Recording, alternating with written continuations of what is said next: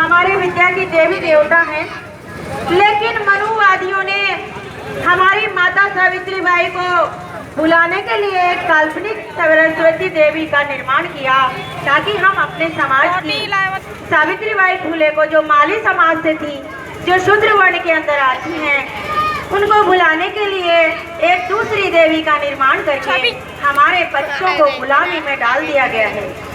हमारे बच्चे रोज एक काल्पनिक देवी के आगे गिड़गिड़ाते हैं कि विद्या दे दे, ये विद्या की देवी हमें विद्या दे दे। 26 जनवरी 1950 से पहले ये विद्या की देवी पता नहीं कहाँ थी, जो हमारे समाज को शिक्षा से वंचित कर गई और हमारा समाज अनपढ़ ही रहा, पढ़ने का अधिकार नहीं दिया। ऐसी देवी जो हमारे समाज के प्रति भेदभाव कर गई, तो सच्ची जो विद्या की देवी है सावित्री बाई फुले को मैं नमन करती हूँ, वंदन करती हूँ।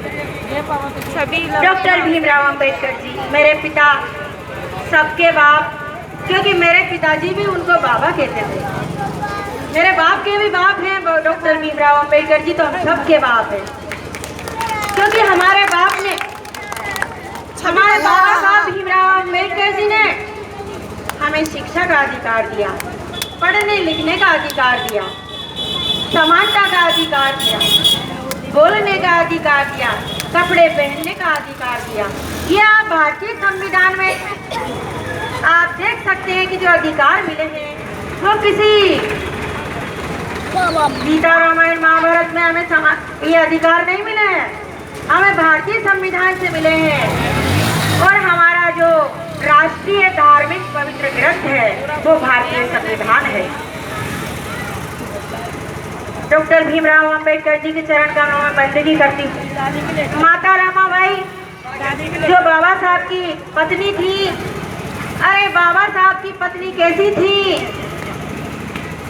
छाने थाप के, गायों के गोबर के छाने थाप के और बेच करके बाबा साहब के लिए पैसा इकट्ठा करके बेचती थी। ऐसी माता मेरी रमाबाई को मैं वंदन करती हूँ।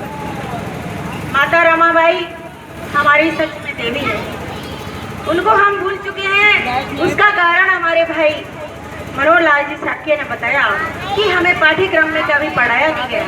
हम भी क्या करते, क्योंकि जो लोग पढ़े लिखे थे उन्होंने जो पाठ्यक्रम बनाया, जो किताबें बताई, उनमें हमारे बहुजन समाज के जो महान पुरुष थे उनकी विचारधारा को शामिल नहीं किया।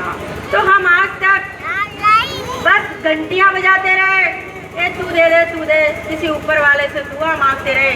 और आज हमारी ये दशा हो गई है कि हमें जिस ग्रंथ से भारतीय संविधान से अधिकार मिले थे उसी ग्रंथ को दिल्ली के जंतर मंतर पर जला दिया गया है।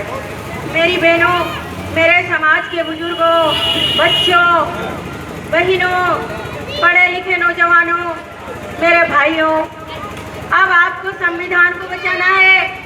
एक पवित्र धार्मिक ग्रंथ, अभी मेरे पास लाई नहीं हूँ मैं किताब, धार्मिक ग्रंथ है हमारा संविधान। एक साथ बोलेंगे जय भारत। आप बोलिए जय भारत, जय संविधान, नर नारी सब एक समान।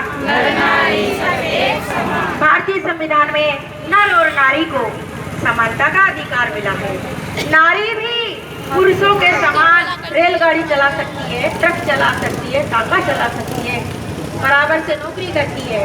ये अधिकार हमें, जो हमारे बाबा साहब की तस्वीर आप देख रहे हो, एक बाबा साहब ने दिया है।